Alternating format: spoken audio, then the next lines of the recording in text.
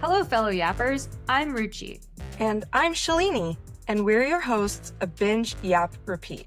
We're two best friends who spend an embarrassing amount of time binge watching TV, and honestly, we just need to talk about it. If you're here, we're guessing you do too. Fair warning, this is a spoiler-friendly zone. We will be discussing lots of spoilers. So, if you haven't watched the show yet, hit pause, go binge, and come back when you're ready to yap with us. And now, it's yap time.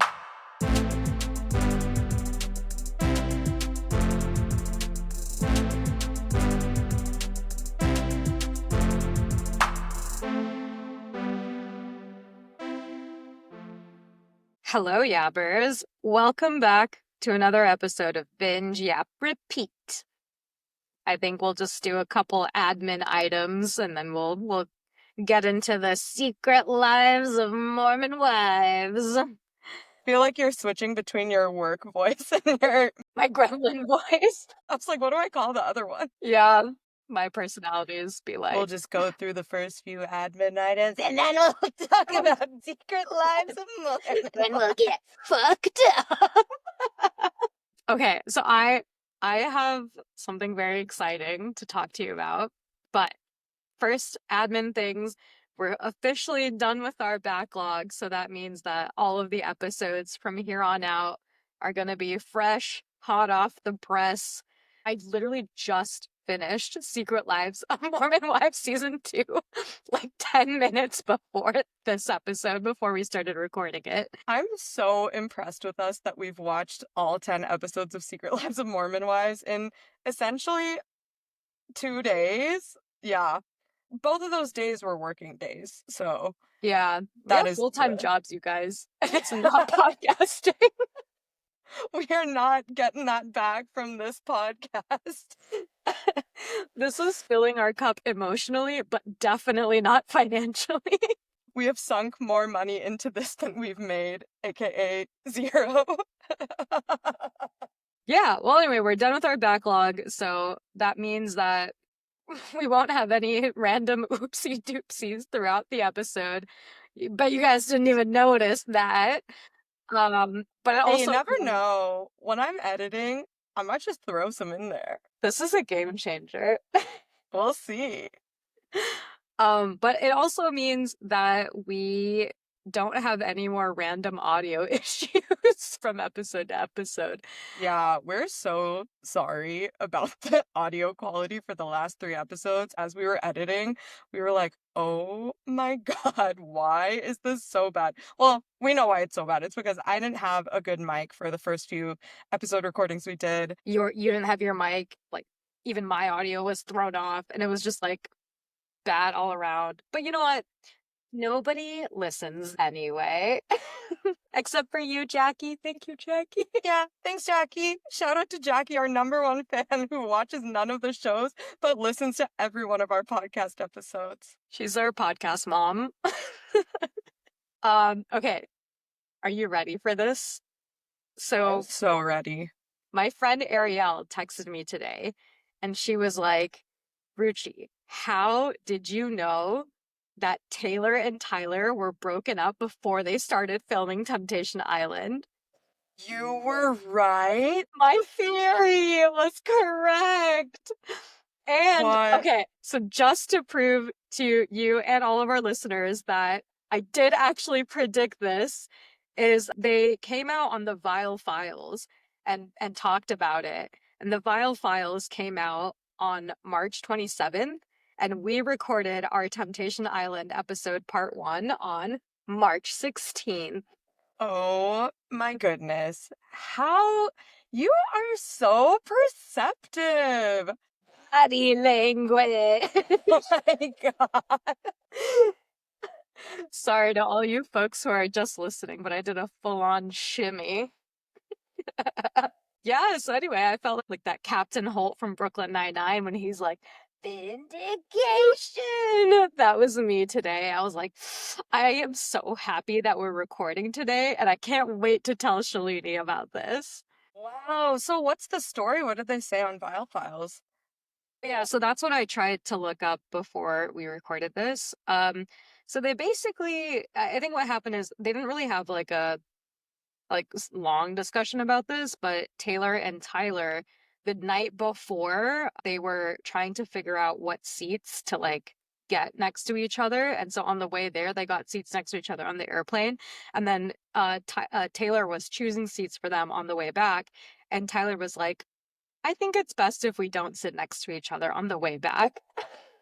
Wait, does that I mean, that tells us that they thought they were going to break up, but does that confirm that they were broken up? Yeah, so I wasn't sure if that meant like that they were broken up, but like I'd be so pissed if I were going to a reality TV show with my boyfriend and on the way back we're picking our seats and he's like, "Yeah, I actually don't want to sit next to you." I'd be like, "Okay, fuck you too." Wow, that's wild. Okay, so they had definitely emotionally divested from the relationship and agreed to break up, but just hadn't sealed the deal yet. Yeah, I guess. Wow. Yeah, and that I think that also explains Taylor being like really pissed off on day one. They were both pretty nasty to each other on day one. Yeah, there's also a lot of other stuff that I read on the Vile Files from that reunion that was also pretty fucked up. I mean, it's like, all the stuff that we expect, like Tyler's a piece of shit, Ed's a piece of shit. Yeah, for the most part, the broader themes are there, and we've already Okay. discussed it, but yeah. Anyway, Crazy. I wonder if Ashley and Grant booked seats next to each other. it's a good question. Because he cheated even before Tyler did. That's true. That's true. Oh, the other thing that I saw in Vile Files is that Grant and shoot, what was the girl name? Natalie. Natalie. Grant and Natalie, as well as Tyler and Kay, stayed back a couple days on the island, just the four of them. The So four of them? That was an option? Wait, I thought Tyler and Kay left. I guess they didn't have to leave immediately. yeah, like we said, what does leaving the island together even mean?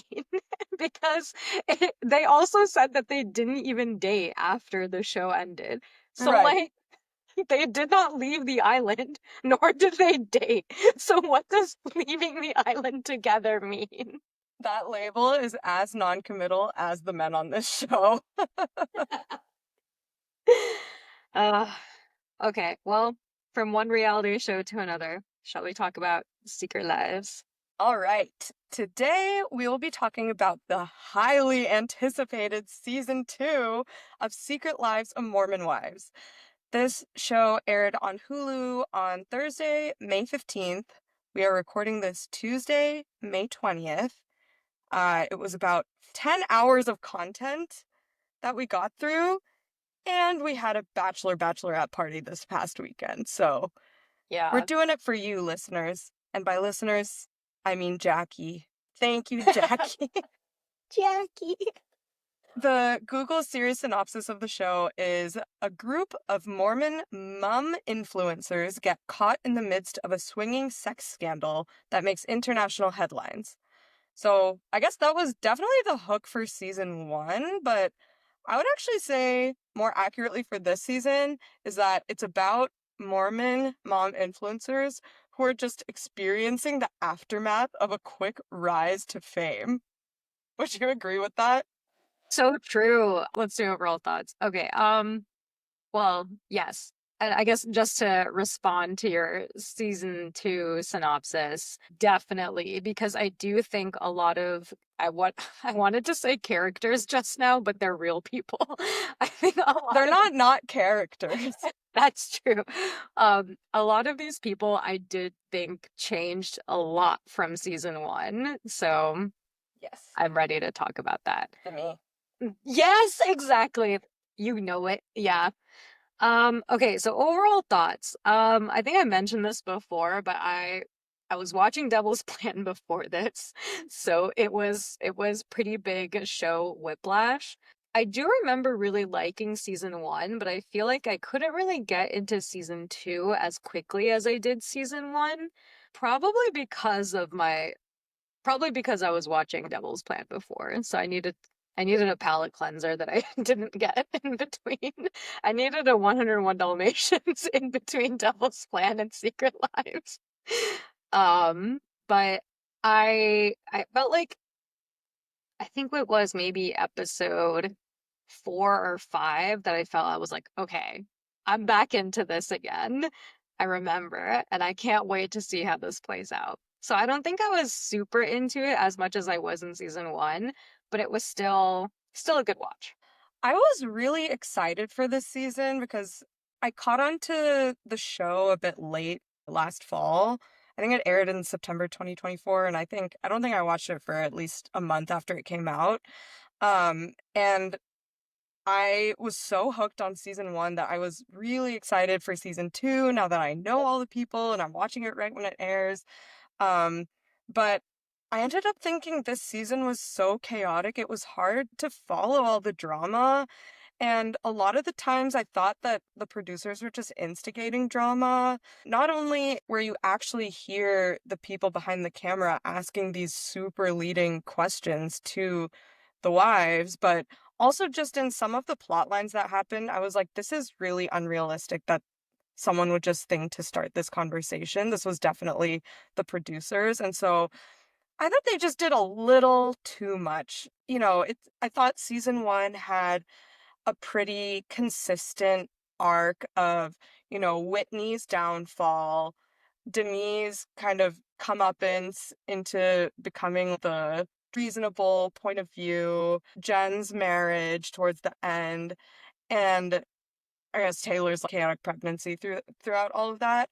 And I thought this season it was just so hard to tell what they were trying to do with it. I was like, is Mm. Jen the villain? Is Demi the villain? Is Taylor the villain? Is Whitney still the villain? They were trying to do too many things. And it's crazy to me that this whole filming was within a span of 2 months. I actually think if they took longer. Yeah, right, because I didn't know that. they start with a Halloween party and they end with a Christmas party. And so I think the whole thing was over around 2 months, maybe 2.5 months. But I think if they had taken a little bit longer, they could see the themes a little more clearly and actually put together coherent storylines. So that's kind of what I thought. So I was taking notes for this show as I was watching, and I was taking them really sparsely because, like we've mentioned, this was after a weekend trip and I was really tired. So I was just kind of writing down, like, oh, don't forget about Demi and Jesse, and then Jen, and barbecue. And Yeah. then I went back to my notes and I was like, I don't even know what these were about because so much has happened with all of these characters. Wait, speaking of being really tired, just like one quick thing. As I was listening to the Deli Boys episode that just dropped today, there is such a marked difference between our energy levels when we're recording like the intro or the binge in progress segments that we recorded recently versus the actual episode. We're so dead tired. Even our voices are down here in our lower register. And then when we start the episode, we're like, I know. this is crazy how tired we were. Anyway, sorry. Back to the Anyway, this.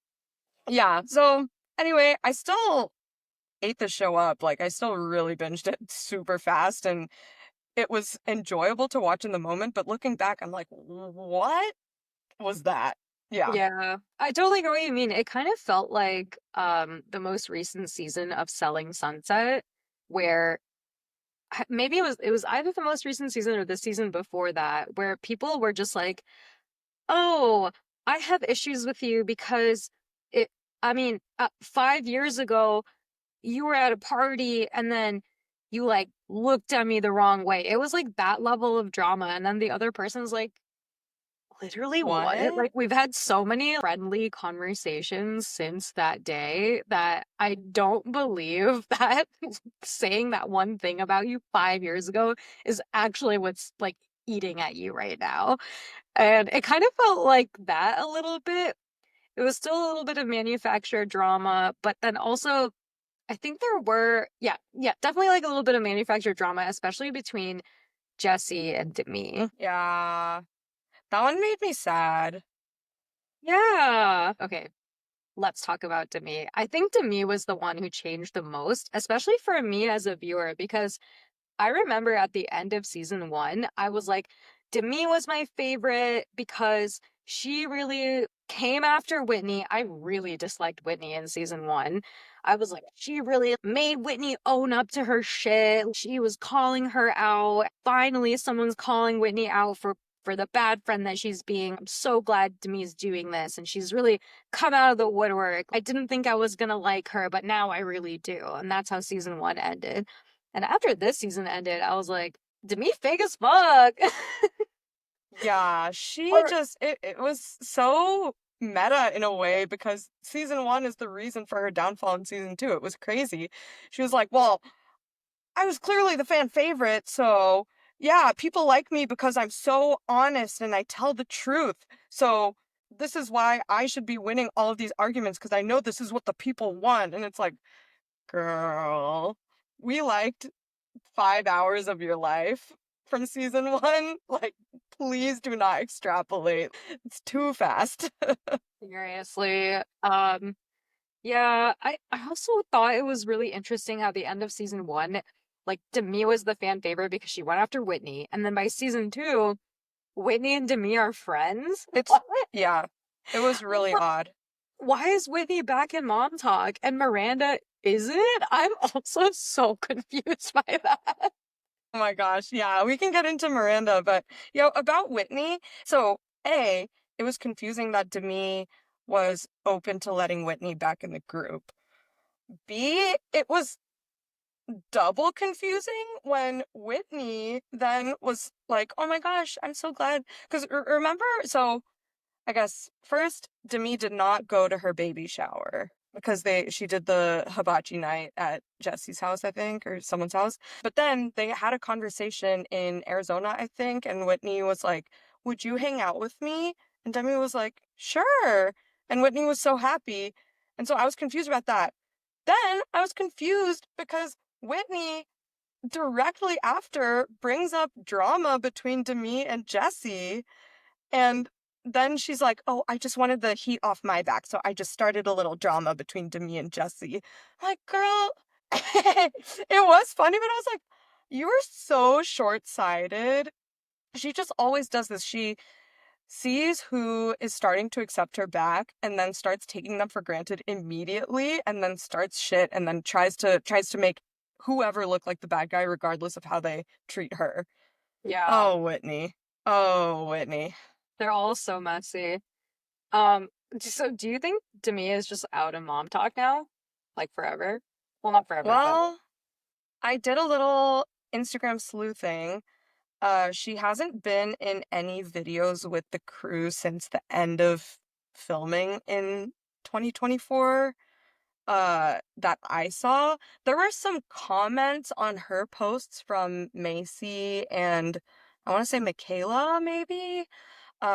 Supportive comments, but nothing else. She hasn't been in any group TikToks since, or I haven't checked TikTok, so I'll say anything, any group Instagram stuff.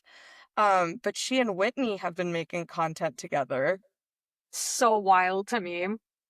If you would have It's told absolutely wild. like me at the end of season one that me and Whitney would be making TikToks together and no one else, I'd be like, what? Oh, speaking of TikToks, a lot of the source of the drama in season two was like, oh, Mom Talk is a business, but it's also a friendship, and like the mission of Mom Talk is empowering women. And then there was one line by Zach, Jen's husband, who was like, are you really sure that's what Mom Talk is about now? Because it doesn't seem like that. It seems like the show and like the reason why people are watching you aren't is not about empowering women. It's about like Shitting on each other. yeah, like shitting on each other and like having cat fights and having a ton of drama. Like, is that empowering women? I was like, Zach. Zach also being a character who did a complete 180 from the last season.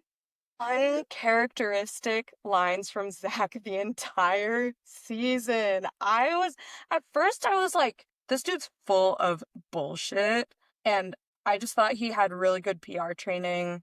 And so was saying all the right things, even if he didn't believe them. But then as the show went on, I was like, hmm, Zach has made some good points. Exactly. I was like, oh, he's not just going to therapy and then parroting the words and therapy speak in order to make himself sound right. It's like he's actually listening, he's thinking about it, he's digesting, and then saying things that actually make sense and are reasonable. Very unlike last season. Yeah. What happened between last season and this season for such a stark turnaround? I think it's just like social media has such a strong effect on all of these people's lives that I mean, I would take a good hard look at myself too if 50 to 100 people were in my DMs telling me to kill myself or that they were going to kill me if Yeah. I did anything like that. I would be like, what did I do that was so wrong? I mean, like, first I would be very scared, but I'd be like, maybe I did overreact a little bit, you know? Yeah. I mean, it does take a level of humility, though, that I wouldn't have expected Zach to have to see those comments and actually look inward versus just being like, fuck all these people for saying what they're saying. I know I'm a good person. You know, Grant from Temptation Island would Yeah. never react this way. But I think the other reason is that it did destroy his marriage a little Yeah. bit. So Yeah. maybe those two pieces of evidence combined was like, okay, I need to fix this because this is something that's important to me. Yeah. What did you think of Zen and Jax, of Jen and Zach's storyline this season? Dude, I thought it was so funny, the whole like Ben Affleck situation. That storyline was hilarious. Oh my God. And also, did you notice the shade that the editors threw at them because they they just dropped the They were like, Affleck? Yeah, I was like, damn. She's still Jen Affleck. She's still not, her last name. yeah, she's not Jen Affleck. That was so funny. Although I do believe that she believed it. You know, I Yes. don't think she was making it up. I don't think she was full of shit for that. But it was hilarious. Yeah. I think Jen is a little dumb, you know? I hate to say it, but I think she's a little dumb. I don't know if I think she's dumb, but I definitely think that the majority of her actions that we saw in season 2 were just a trauma response for things in the past. I guess, for example, her kind of telling different stories to her friends, Demi and Jesse, versus to Zach, about, using her husband's medical school money when he used it for gambling. Yeah. And I guess, yeah, just things like that where it's happened a few times where people were like, why is Jen telling different stories to different people? And I really think that's a trauma response coming from the emotional abuse that Zach put her through, of Mm. just feeling the need to appease anyone you're with a side of the truth and not the whole truth. So I initially I was thinking, wow, Jen is really the villain of this season. Well, this was also before she left the show and before the whole Demi stuff happened, but I was like, oh, Jen is kind of turning into the villain of the season. But then I was like, I really don't think it's fair to fault her for this because I really think it's not malicious. It's literally a trauma response and being scared of repercussions. That's true. Yeah, maybe I'm a little harsh on her. I can see that being the case. I think it definitely is, but the thing is, I don't think she really like thinks things through this season. So one example of that was the whole Chippendales thing, right? Where there's a whole like scandal about the Chippendales thing and Zach being upset about Jen about going to Chippendales. So this season, Jesse and Demi throw a party where their husbands dress up like Chippendale dancers with an actual Chippendale performer and like dance up on Jen. And then all of the footage from that scene is Jen loving it. And then later, Zach is like, oh, Jen, that was really fucked up what they did. They're disrespecting me, they're disrespecting our relationship. Did they even tell you that this would happen? And she was like, I think they may have mentioned it. And then it goes back to the footage and she's like, "Ah, I love that. I love it." And I was like, okay, well, yeah, like they did tell you about it. Of course, they're not going to Yeah. tell you everything because they even said that there will be surprises. But you can't sit there and you obviously like it, but then your husband is like, oh, did you think about what their intentions were? And then she's like, oh, I just thought about the idea itself. I didn't think about the intention behind the idea, I guess. Also think that's a trauma response of her saying, I think they might have mentioned it. I think that's her softening reality to appease Zach's reaction to it, or to kind of mitigate a negative reaction from Zach. Because if she was like, yeah, they told me about it, he'd be like, well, then what the fuck, you know? Yeah. So I think she was softening that. And then when he tried to like lecture her on like, this is why you have to think through the consequences, blah, blah, blah. I think that was also just her being like, okay, it's just easier in this moment to agree with this. That was Mhm. my read on it, because I've seen relationships like that where the one person is a little more dominating and the other person just kind of appeases them, and it happens short term so often that it just turns into a pattern, and then that's just Mhm. what the person does. Yeah, I see. I think also Zach did get called out on that. Remember at the golf course where he's golfing with Brett Brett and and Jordan. Jordan. Yeah, he's golfing with Brett and Jordan, and then Brett's like, well, you got to think about your own response to these things and think about why she would say that to you when she actually did hear the truth.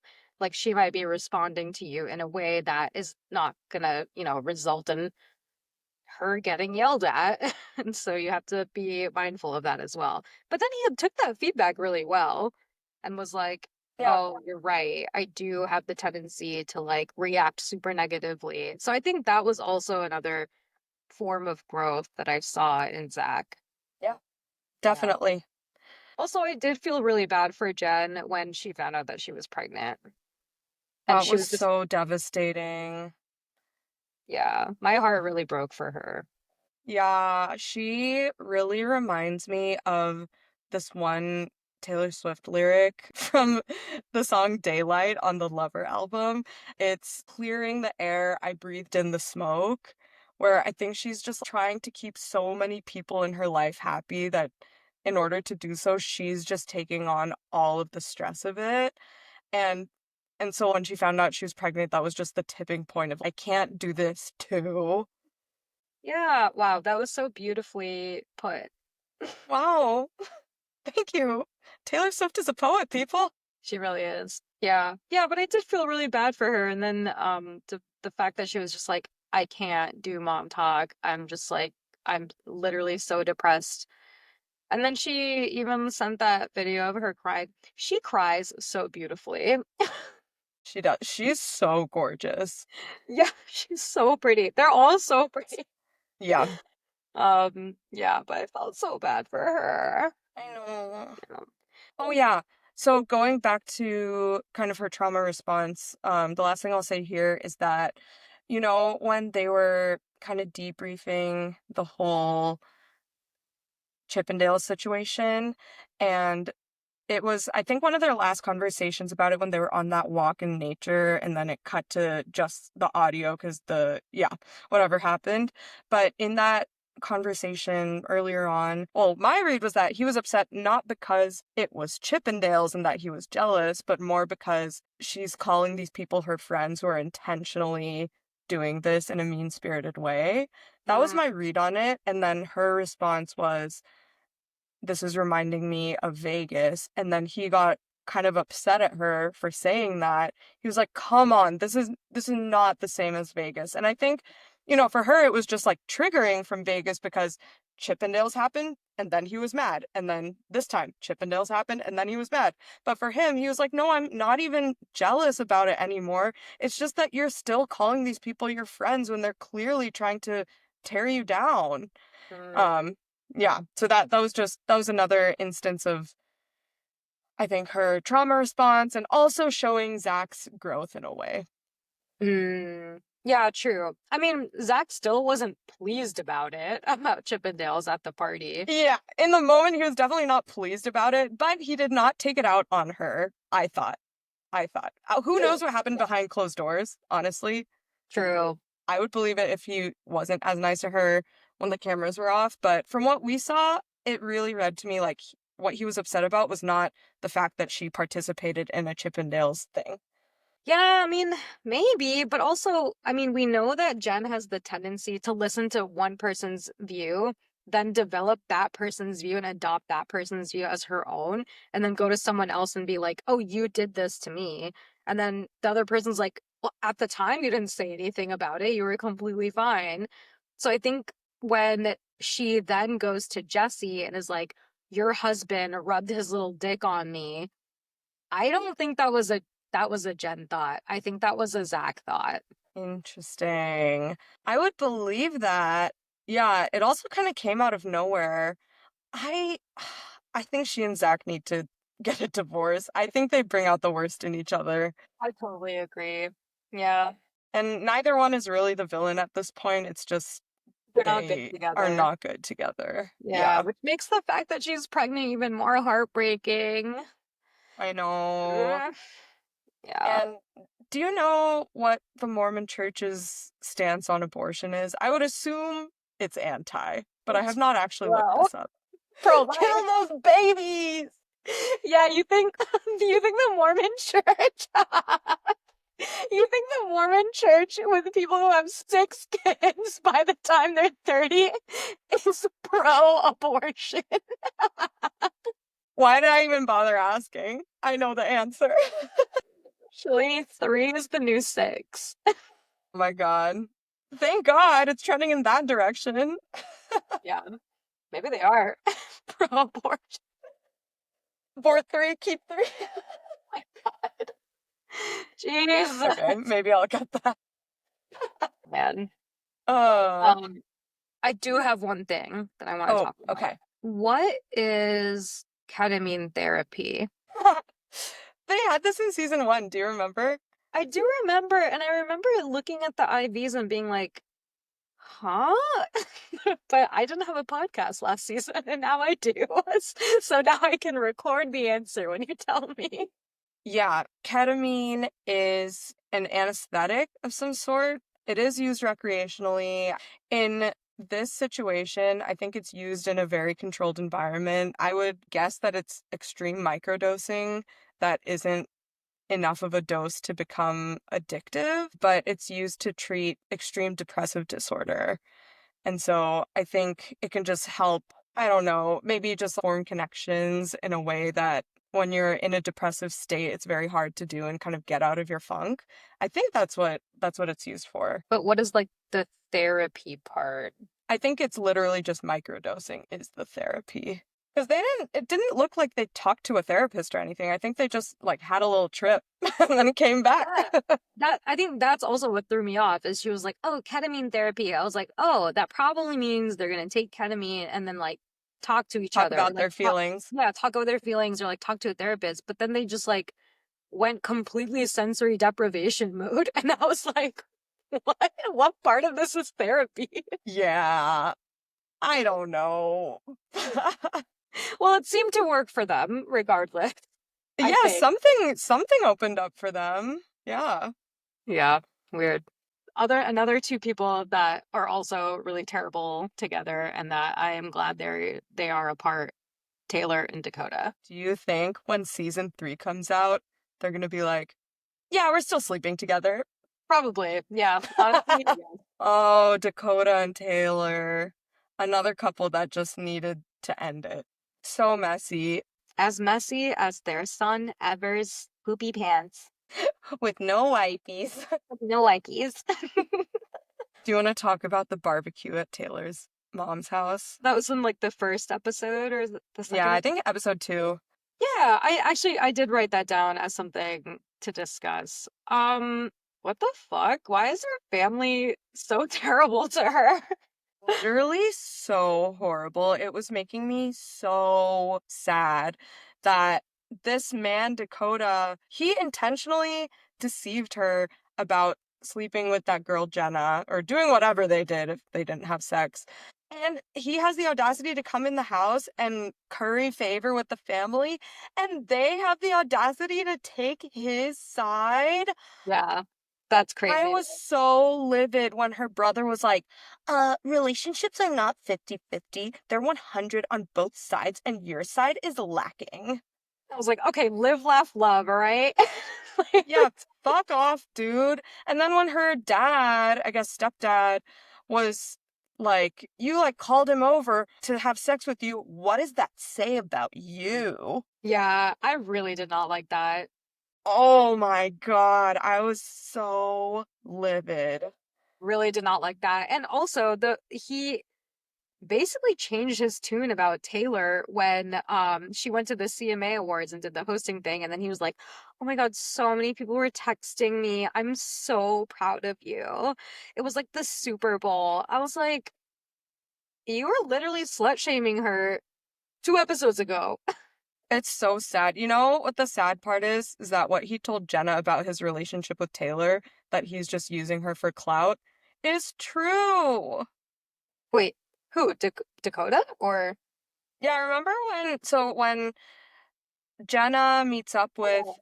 Taylor and they're going through Jenna's texts. Jenna's like, "Yeah, he told me that you and him weren't serious at all and he was just using you for clout on social media."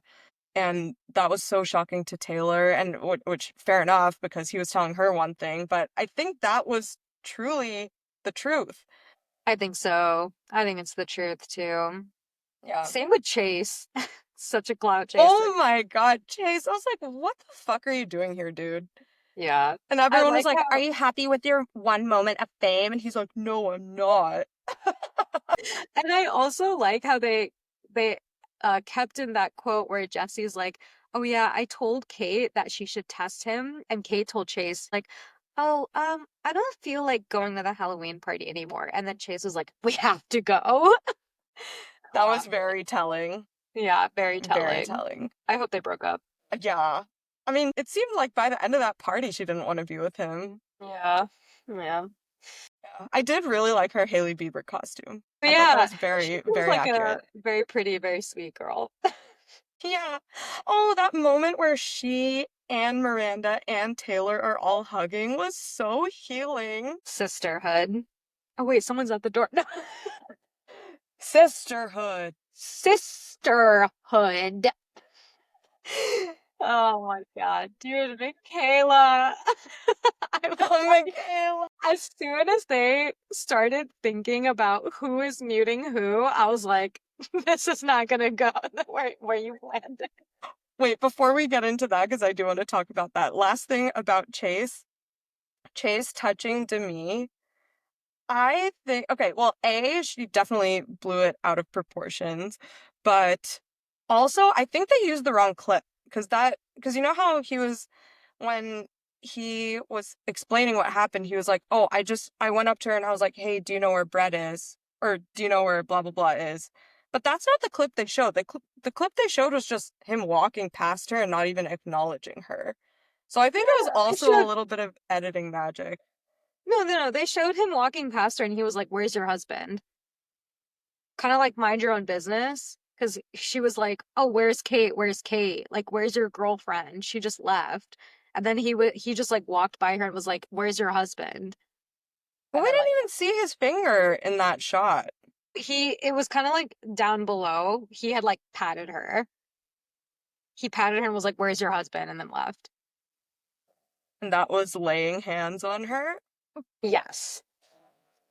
Okay. I was like, this must not be the clip. I think the the show is trying to make it seem like it was nothing, but it was something, but then Demi turned it to a lot.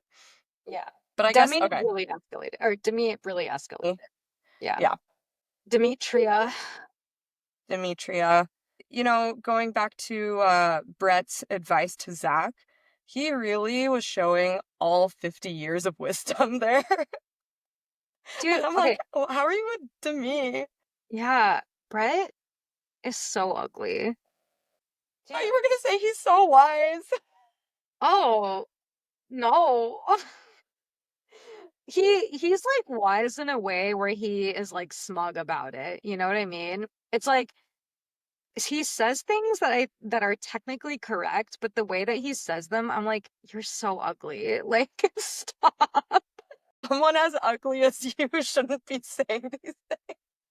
I don't think he's ugly. I think he's fine looking, but I think his face like his smile looks like a smirk, which makes everything he says look like he's really smug about it. That He's might like, be it. Yeah, exactly. Yeah, he just yeah. like is yeah, I think that is what reads to me as ugly. I'm just like, I don't even want to hear anything you have to say, even if it comes from a good place, because you're so ugly. Oh, and you know who else is ugly? Layla's boyfriend, Cam. Oh, Oh, Cam. It's mostly his hair. Also his face, but his hair really doesn't help. true. I'm just like, Layla is so hot, and Cam is a boy. And Cam is also there. Yeah. And then when she was like, "Oh, we're having problems," I was like, "Thank God, I don't have to see him on my screen anymore." Jeez. And then he came back, and I was like, "Fuck." These are real people, Ruchi. You just said they were a character. Okay, well, Um, Cam isn't problematic, so I can't. Well, yeah. Well, we don't know. yet. Jury is out. His dad was a bishop, so I'm sure he has some antiquated beliefs. Yeah. Well, we'll see. Okay, we jumped around from couple We'll to see. couple to couple. Oh, yeah. Should we go back to Demi and Brett or Michaela muting herself? Oh yeah, we should go all the way back there. Alright, so Michaela has this conversation with, I'm guessing Whitney. I actually don't Whitney. remember. Yeah, it was Okay. Whitney.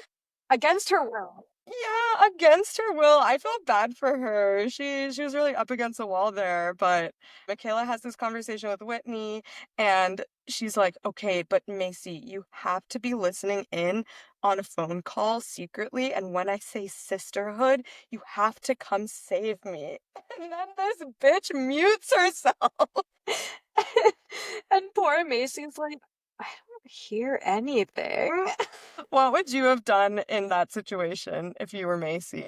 I would have hung up, honestly. I would have been like, if she's muted herself, what is the point of me continuing to be on this call? At least I'll hang up so that she knows she has to call me back.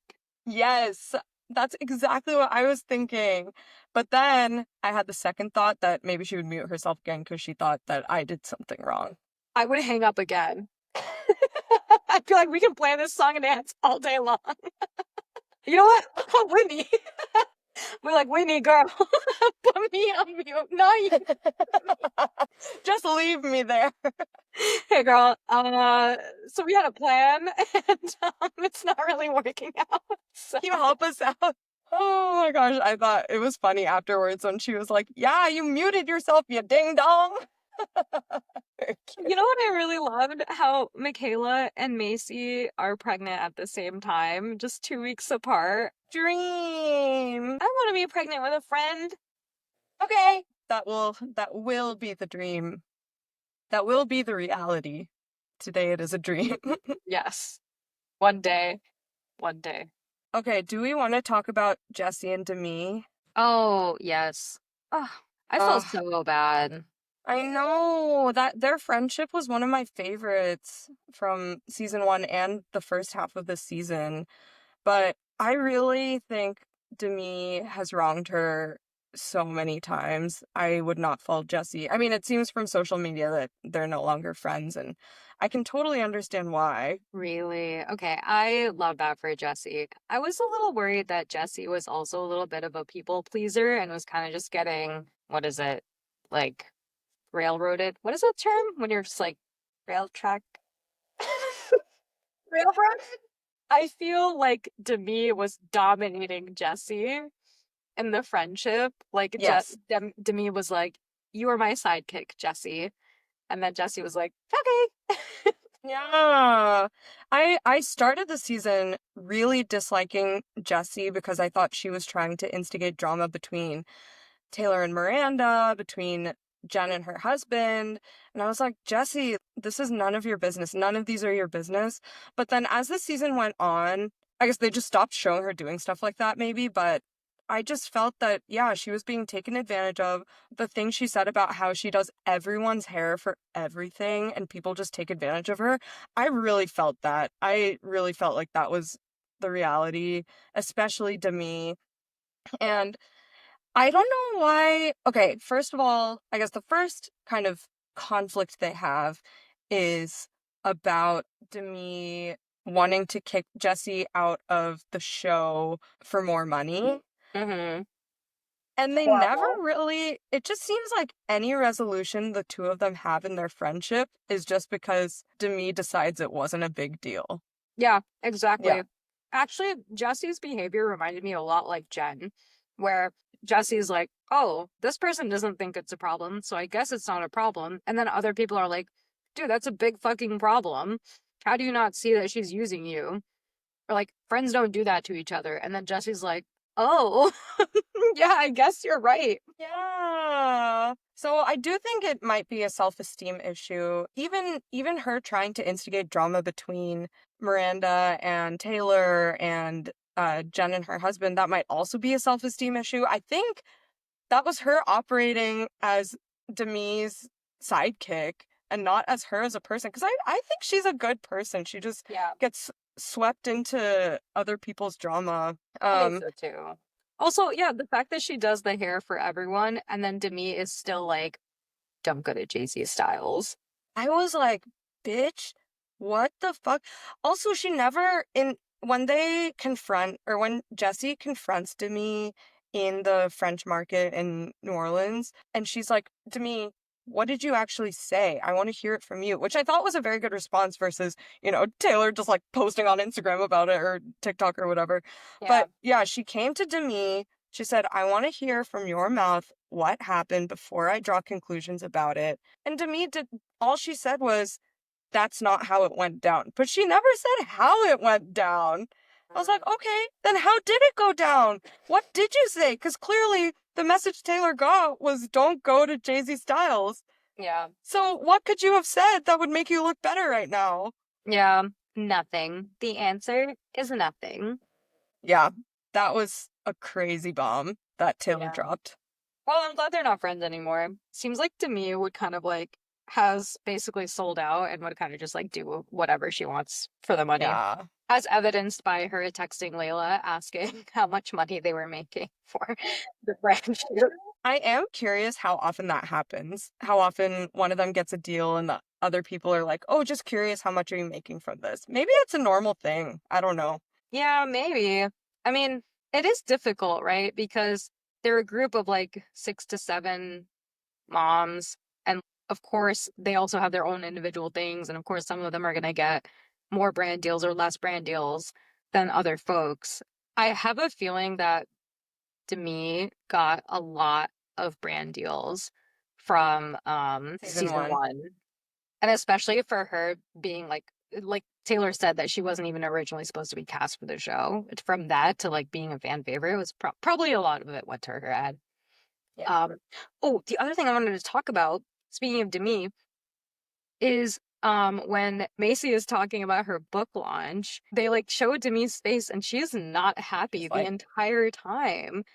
Yeah, I was like, dude, your friend is talking about something that has meant so much to her over the past couple of years, and this is like how she has healed from her trauma, and this is how you're responding? What I about know. loyalty? So important to you. Do you think that was some editing to make it look more dramatic than it was? I don't know. She actively looked pissed. So, Do you think I think it's possible that they just took very short shots of her making unsupportive faces?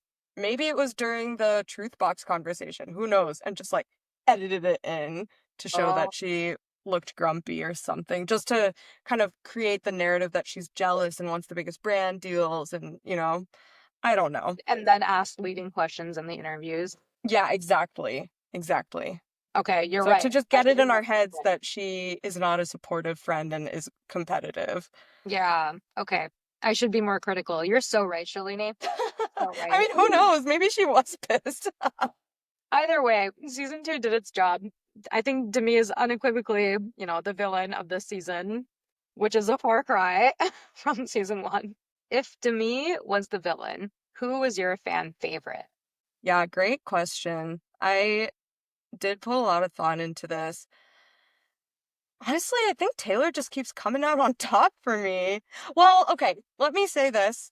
I think Macy is the most unproblematic, the most mature, the most badass, accomplished woman in that group. So kudos to her. I think she's great. I think she is the unspoken leader of Mom Talk. She Mm, really, holds the group together. But I think just for A, entertainment wise, and B, rooting for you wise, it's Taylor. She's just, even when she makes a mistake, it's just so endearing when she's like, "Yeah, maybe I just need to think about this for a bit." And then she's like, "Yeah, you know what? I am sorry." She reminds me of Corinne from The Bachelor. I don't watch The Bachelor. Oh, okay. It was from a couple of seasons ago. Nick Vile, actually. It was Nick Vile's season. Oh. Corinne was one of the bachelorettes, and she was such a villain, but she was so funny. She was like, this is her iconic line. She was like, I have a heart of gold, but a platinum vagine. I was like, What the? and she would do the most unhinged stuff. She like napped through a rose ceremony. What? Isn't that the Never whole point of the show? never been done before. She just napped through it. And then the producer's like, should we go wake her up? She needs to be here. And then they're like, she's not waking up. What do we do? What do And you mean then she's not waking up? Nick's holding a rose and he's like, Corinne? So Does she funny. even want to be there? Yeah, she got like fourth or something. And I think she actually does have kids now. But Taylor reminds me of Corinne in that same kind of like unhinged villain, but also you can't. Yeah, Unpredictable. unpredictable, but you can't hate her because she's very charming. She has a lot of charisma.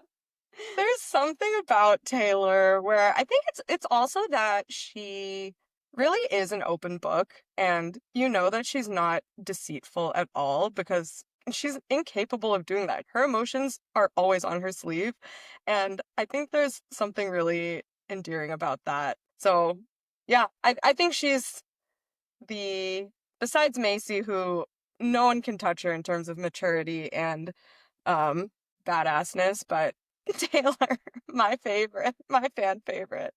Yeah, How about I for think I, you? I think I feel similarly. Although I think I remember at the end of season one, I was like, Demi is my favorite, and then second place is Taylor. And I remember Yeah. feeling very positively about them because I think at the beginning of season one, I wasn't sure how to feel about Taylor, but then by the end, I was like, she's so open, she's so like Her growth. self-reflective. Yeah, she had a lot of growth. So I was like, okay, then I really like Taylor for actually doing the work and like getting to this point and also being the actual founder of Mom Talk. But this season, I still liked her. I just didn't like her as much as I did in season one.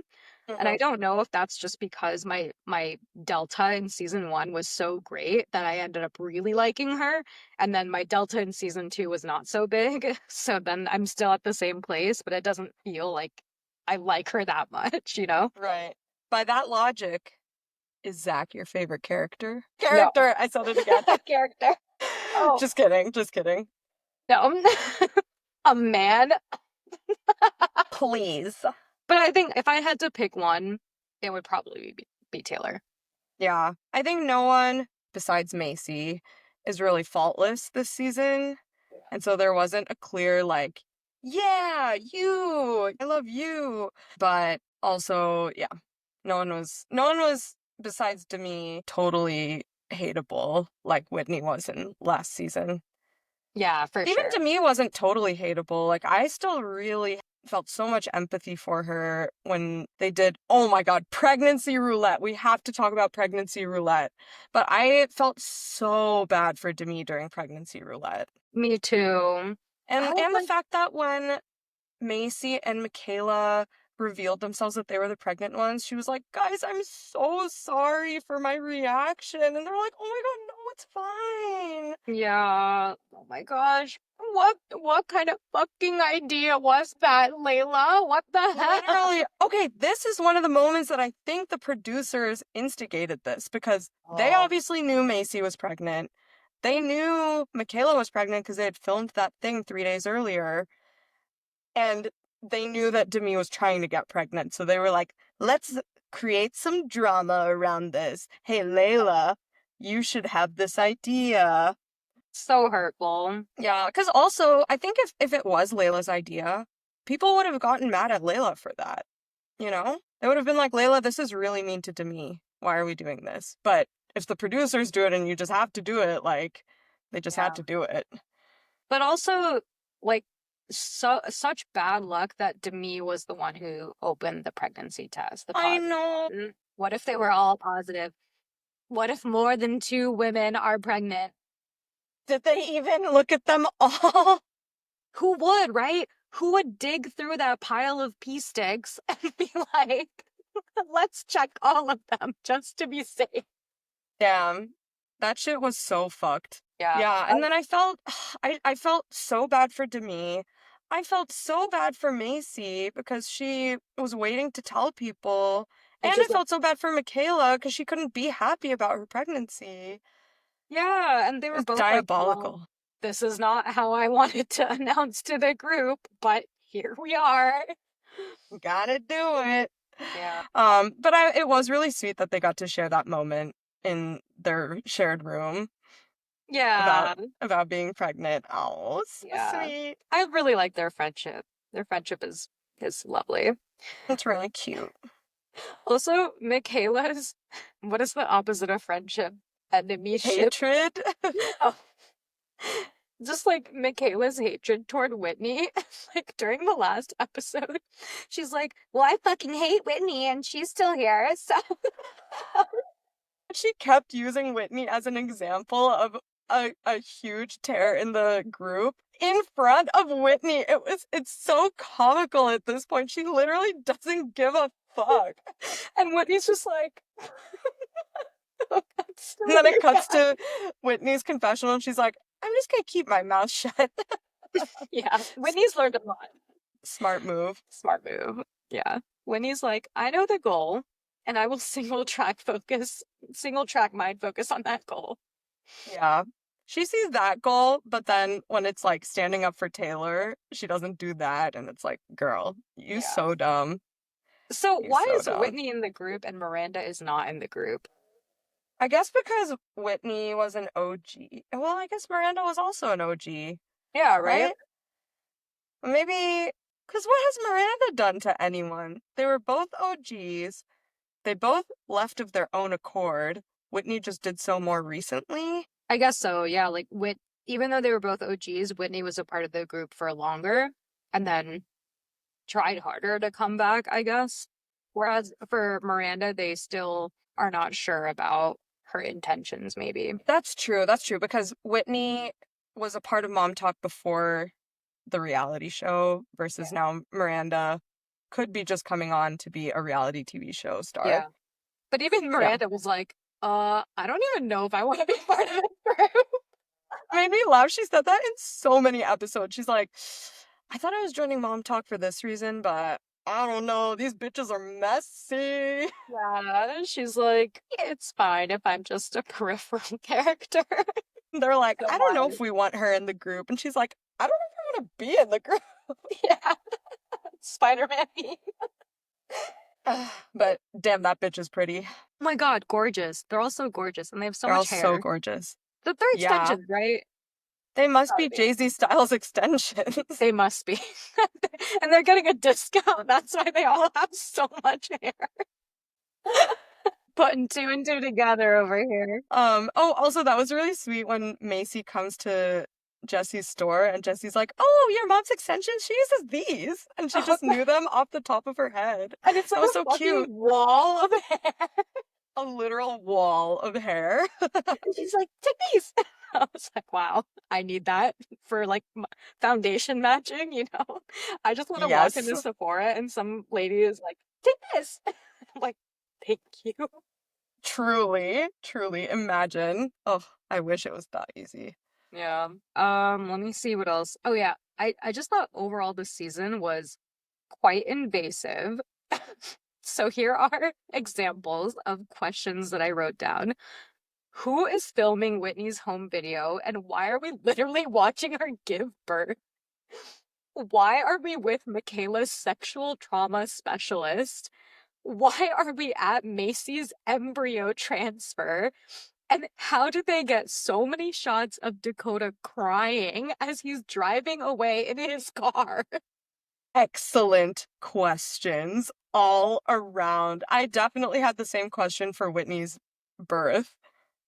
I was like, I can't believe she consented to this. It's giving filming her baby for that RSV TikTok in the hospital that they talked about in season 1. Do you remember that? No, wait, what was that? She basically made a TikTok dancing next to her baby in a hospital while her baby was sick with RSV. Oh, I Yeah. do remember that. Oh, I forgot that it was Whitney. Yeah, it was Whitney. So this is the same woman that did that. So are we really surprised? Yeah, fair point. But yeah, the Michaela's Sexual sexual trauma therapist, specialist. sexual trauma specialist. Hmm. Yeah, why were we there? That seems like a HIPAA violation. True. Well, yeah. I guess if she was consenting to it, whatever, but Yeah, I guess, but I was still just like, oh, I feel uncomfortable watching this. I don't want to be here. also her story was so sad. All of these girls have so much trauma, like actual trauma. They are not just Yeah. throwing that word around willy-nilly. No, they are not. They are not. Yeah. It's not like my trauma of my mom telling me to turn off the pressure cooker and the pressure cooker exploding on me. I'm like, that's the trauma I live with. My trauma is my mom saying, Ruchi, I'm dying. Zero trauma. I have a few funny moments I wanted to highlight. Oh, okay. Okay.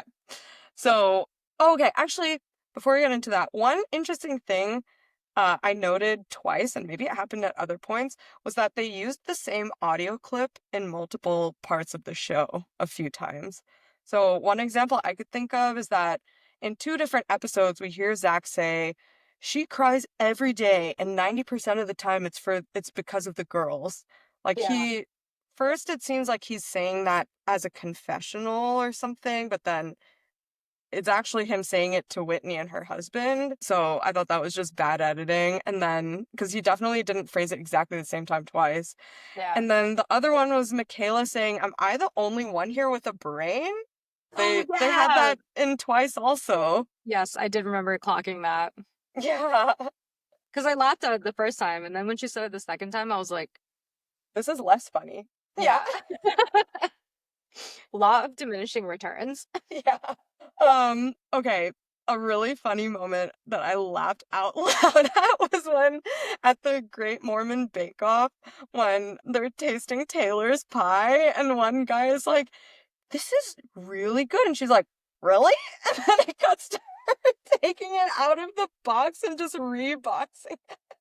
I also wrote that down. I really laughed at that. Taylor's apple pie is so iconic. I was like, that's a mother of a baby right there. Yeah. Dude, also like the sourdough wars between Macy and Whitney. Oh my god. Oh, Michaela and Whitney. Wait, no. No, so Macy and Whitney as in like who was the one The who actually starter. started. Yeah. Oh yeah, I forgot about that. I think it's safe to say we're on Macy's side. Oh, 1001%. That 1%. Yeah. Yeah.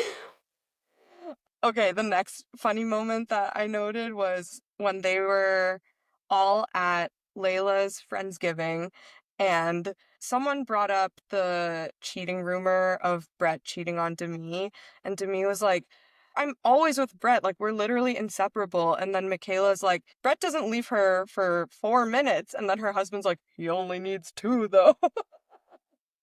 That was so funny. Oh my god. I went back and watched it again because it was so funny. Okay. Then another moment that I laughed so hard at was when Taylor's mom was clearly trying to spell. Wait, can I say this word on this podcast? I don't know, but we've also said the F word a bunch of times. Yeah. Is it that much worse than the F word? Probably not. Well, she's clearly trying to spell a bad word that starts with a C, but then she spells it C W, and her daughters are like, W? What? What are you trying to spell? And Yeah, I was Taylor's like, like, where is she going with this? also was confused because I was like, is she trying to say like SJW, like social justice warrior? And then I was really confused. And then, we talked about it. I was like, oh. Oh. Yeah. Yeah. I'm pretty sure that's what she was trying to spell. Hmm. But Crap, who right? knows? CWAP. She's such a quap. Okay, and then the last funny moment that I noted was at the Christmas party in the very last episode when Santa Claus walks in, like in the middle of Demi's fight with Leanne, Taylor's mom, and then someone's like, "Are you from Chippendale?" Wait, but also speaking of that party, I felt really bad for Taylor's mom. She really did not Yeah, deserve that. I mean, as I know, bad, I don't know. As much I as the know. relationship was like and the situation was like, well, this is also from us, like coming from South Asian culture, which is also very much respect your elders, you know, everything like that. It did feel disrespectful. Yeah, it was sad. Well, I didn't really get why she started crying in the first place. Leanne? Yeah, Oh, I don't think they showed all of it, but okay. Yeah. I think Demi was like cursing at her and stuff. Okay, okay. Because it seemed, the way they edited it, it seemed like Demi was just saying, you know, you're saying that we didn't support her on this one post. She never comments on our stuff. We reached out to her so many times and she never responded, blah, blah, blah. And then Leanne just started crying. And so I'm She sure there was was some editing there because that doesn't make sense for her to burst into Yeah. tears Oh, after the that. other thing that they edited out, I'm pretty sure, is the Saints and Sinners party when Demi and Taylor are fighting. I think Demi says something about Taylor and Dakota that I think they edited out. Oh, about Ever, the baby? Yeah, because maybe I don't know if I was not paying attention or whatever, but what I saw was they were fighting, and then Demi said, "Okay, well, why don't you get your why don't we talk about the way that you treat your your boyfriend Dakota?" And then some like shots, and then she was like, "I don't want to bring Ever into this," something like that. Yeah, okay, and then that's all we see, but then everyone's like, that's so fucked up to bring her child into it. Yeah, Yeah, I was also confused. And I was like, am I not paying attention? But I think I was. So, yeah. yeah, Okay, so maybe there was some editing that they were just like, there "Oh must yeah, have been. this isn't cool." Yeah. Which is Yeah. weird because how is the pregnancy stuff cool? I don't know. I don't get it. The show. Yeah, I think I'll be less excited for season 3. I'll almost definitely still watch it, but it won't be with the same anticipation that I had for season 2. Yeah. Hey, we didn't really talk about the ending. Marciano from Vanderpump Villa. Yes, that's right. Um, do you believe him? No. He came in and I was like, this guy also just wants more clout. Like, he's just spinning lies for fame. Yeah. Yeah, that's Because what I thought. he started off with being like, "What did she tell you?" And I I think know. if that person and like it okay, if I was like a random dude and I had sex with a beautiful woman and someone was like, "Oh, what happened?" I would have been like, "It went down." Someone fucking. Exactly. But instead, he was like, "Well, what did she tell you?" I know. He was so annoyingly coy about it. I was also like, okay, Layla, you're the one investigating here. Don't tell him what she said. You want to hear it independently from him. I know, like, don't prime him. Come on. And you know how you were saying Jen's dumb? I think Layla's so dumb. I think Layla might be dumb too. Yeah. She's such a follower too. Oh, I guess did you do any research on Vanderpump or did you have anything else to say about that? Well, yeah. So I haven't watched Vanderpump Rules, or what is that Yeah, I think show? there's Vanderpump Rules and Vanderpump Villa, I believe. Okay. I haven't watched any of those things, but Vanderpump Villa is apparently just like a villa that's owned by one of the Vanderpumps. And Marciano is a staff at Vanderpump Villa. And then when they came and stayed at Vanderpump Villa, he was dating someone at the time who was also a staff member, and then they both got fired from Vanderpump Villa in that season with the Secret Lives cast. I don't know. Honestly, that's the What? extent of the research I'm gonna do. So, like, That's interesting. yeah, listeners, Ariel, since I know that you're into this reality TV show stuff, if you want to add anything, let me know, and it can be in the intro of the next episode. Yeah, we can. It'll actually be great because we love doing oopsie doopsies. Yeah, oopsie doopsies and funsy onesies. Okay, anything else to discuss? Let me see. Oh yeah, Jesse's party. Who could have known that that would go badly? Not Yeah, only did you invite these people that all used to hook up with each other and or were married to each other, but then you also trigger your friend about the biggest fight in her marriage ever. yeah, Who could have seen anything go wrong? so dumb. Oh, and actually, I did appreciate Taylor's sister. I feel like she's the only member of the family who's actually, to Michaela's point, the only one with a brain. Yes, I agree. She really was the only one that stepped in and advocated for Taylor. Yeah. Social media ranking time? Yes. Okay, so I have looked up how many followers each of the Secret Lives wives have on Instagram. So I haven't looked at TikTok, so this is all for Instagram. And Ruchi, I would love for you to guess the ranking. Okay, what are I need to write down the names first of all. I Okay, might okay. remember. Okay, I'm not gonna look at the list because I might accidentally say it in order. I'll look at my notes. Okay, so there's 1, 2, 3, 4, 5, 6, 8 total. Yes. Okay, so I did go one through 8. Mm-hmm. Okay. Should I just say a list of 8 names? Let's guess one by one. So who do you think has the most followers? Okay. Who I think has the most? I think Taylor has the most. You are correct. She is number one with 1.2 million followers as of today, Tuesday, May 20th. Oh, okay, nice. All right, number 2. Number 2 is hard, honestly. Jessie? No. This she's a sleeper, honestly. Ben? Yeah. Second choice. Wow, good job. I can't believe she's second. She has 778,000 followers. Wow, so many. She Yeah. seems like she's also just like really open with her emotions. Yeah, Yeah, we'll see. people like that. Yeah.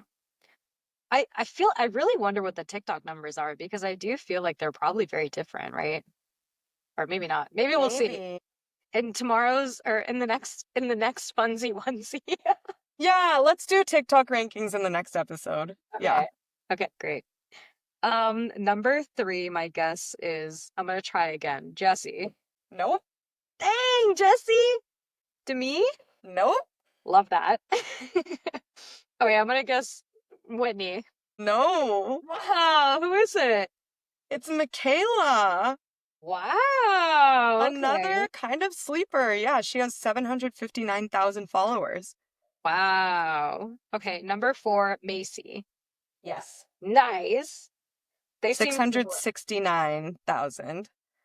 So Nice. it really surprised me that Michaela has 90,000 more followers than Macy. If I had to guess, I think it's because Michaela is dealing with her skin conditions and skin issues, and so she's also really open, also about like all of the sexual trauma and stuff. So there's a lot about Michaela that you want to root for. Okay, my theory, maybe both of these are true. My theory is that Macy is so busy with her book and her baby mama company that she's spending less time investing in social media. Well, that's a good point too. Hmm. Yeah, they're probably both true. Yeah. Okay, number All five. right, so you have 1 through 4. Yes, number 5. Let's try for it. Demi. No. Jessie? Yep. Okay. Jesse's number 5. Aren't you enjoying how low Demi is on this list right I now? really am. I thought she was a fan favorite. Jesse has 647,000 followers.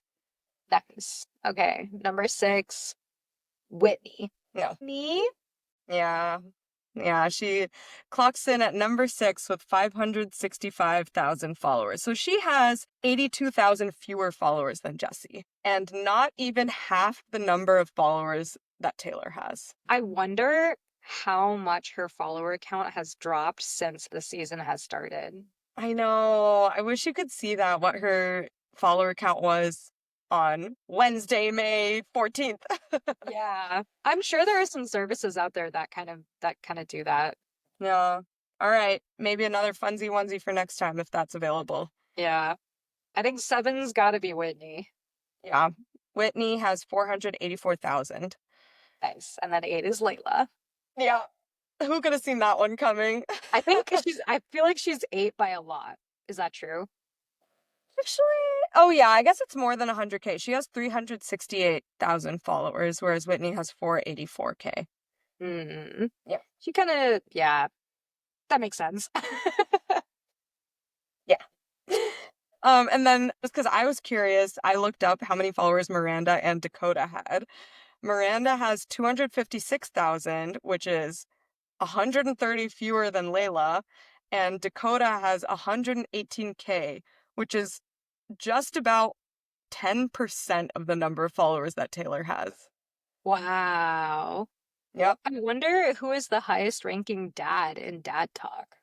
I think it's Dakota because I looked at Brett and Jordan, and they were both in the 15 to 20s thousands range. Instagram, really? Yeah. Wow. I feel like, when I was an influencer, my You were. my paltry 10K followers. Love Hey, each and that's every one of considered them. some level of influencer. You got some paid deals, right? That's true. I did get money from my time influencing, but I did remember that like being shocked at how different the Instagram numbers were compared to the TikTok numbers. I feel like the TikTok numbers, if you started on TikTok, the TikTok numbers were like 10x what your Instagram numbers were for the most part. So I wonder if that's the case here when we're talking about these big, big numbers. Yeah, it might be. I think also one of my like random Florida friends, he also got big on TikTok and I only saw him because he started posting on Instagram too and he was posting these high quality reels on Instagram and I was like, "Oh, is he an influencer now?" And so I looked at his bio and he had like 3,500 Instagram followers and I'm like, it's like not very many to be posting such high content. And then I looked at his TikTok I think a couple weeks later or something like that, and he had 34 thousand on TikTok, and I was like, Oh my gosh. oh, okay, that makes sense. Crazy. Crazy. Yeah. Mm. Well, cool. All right, let's rate the show. Ruchi, what would you give this season? Uh, let's say like a 4.5. I was gonna give it a 6 because I still really enjoyed watching it, even though it was a shit show. Um, and I don't think I can put it lower. I think I gave With Love Megan a 5.5, and it just doesn't sit right with me to rank this show as lower than that because I actually I'm enjoyed very this happy to show. do that. In retrospect, I should have given With Love Megan like a 3 or a 4, I think. But anyway, here we are. So, yeah, I think the show gets a 6. I really watched it so quickly, and not because I had to for this podcast, but because I wanted to. Um, yeah. Yeah. Yeah. Actually, going back to reneging ratings, I was listening to Deli Boys today and I was like, why did I give that show an 8? I feel like I should have given it a 7. Um, but yeah, I think looking back on this season, I think I started at like a 2.5 and then I kind of ended with like a 5.5-ish. Mhm. So I just picked some number there in the middle. Fair enough. Great. All Binge in right. progress. Binge in progress. BRP. Binge progressi. Last thing, going back to Secret Lives. There were a few times in the show where someone was like, why would she just lie about that? Or like, why would I just lie about that? And it reminded me of, did you watch Drake and Josh growing up at all on Nickelodeon? Not really. Okay. So Miranda Cosgrove plays their little sister, Megan, and she's like this diabolical little child just messing with her older brothers. That's kind of her thing. And there's this one episode where she just walks into the backyard, lays down on the ground, and screams at the top of her lungs. And then her parents run out and they're like, Megan, what happened? And she's like, Drake pushed me. And he's like, what? No, I didn't. And she's like, oh, yeah. So I just laid on the ground and screamed. I was like, oh my God, imagine. So people do make shit like that up. Wow, what a terror. Such a terror. Little siblings be like that. They really do. All right, back to binge in progress. Still in progress. Oh, one thing that I haven't currently binged this, but I forgot to talk about on previous ones. I started watching Royals on Netflix. But it's like an Indian Netflix show where it's an enemies to lovers romance trope between an Indian Maharaja, a prince, set in modern times, and the CEO of a startup. Interesting premise. Yeah, What so language is it in? it's in Hindi, but I mean, Okay. I almost said English, but I was like, no, it's in Hindi. They just like speak English. It's like English, you know? Yeah, yeah. They speak English half the time, so it's like, is it in English? But no, it's in Hindi, technically. Yeah. Cool. I think my mom and my aunt were talking about that show. Would you recommend it? I did not finish it. I felt like it was a little basic. I think it was, yeah, I didn't really relate to the main characters that much. Mm. And it was like obviously very predictable where it was going, and there wasn't enough to get me to keep watching. And like we said, we have so much else to watch. Girl, our time is a hot commodity when it comes Yeah, to television content. it's true. It felt very much like a Ransom Canyon type deal where I was like, Mm, I know where this is going. I know why people watch it. I don't got the time right now, honestly, so I didn't finish. so fair. We Yeah. got Secret Lives of Mormon Wives to binge. And Devil's Plan tonight, and Love, Death, and Robots, and Sirens. There's so much. Yeah, there's so much. I have not watched very much since we recorded the last binge in progress, which was yesterday. Shocking. However, I have actually made progress in Gilmore Girls. I am now on the episode where I think Richard hires a secretary for his new business and then shit happens. I don't Anyway. know why you're looking at No, me. I don't know. I'm just trying to think. Don't worry. Anyway, that's where I'm in Gilmore Girls, and then I was just kind of in the mood for more children's movies, so while I treadmill walked today, I watched Madagascar. Oh, while Yeah, you move it, move it. correct. Oh, how is that movie aged? Well, yeah, it's Nice. good. Yeah, I don't think there were any parts of it that were bad. But did you know that movie is from 2005? That checks 20 out. years old. Yeah, that checks out. Hmm. Quite old, right?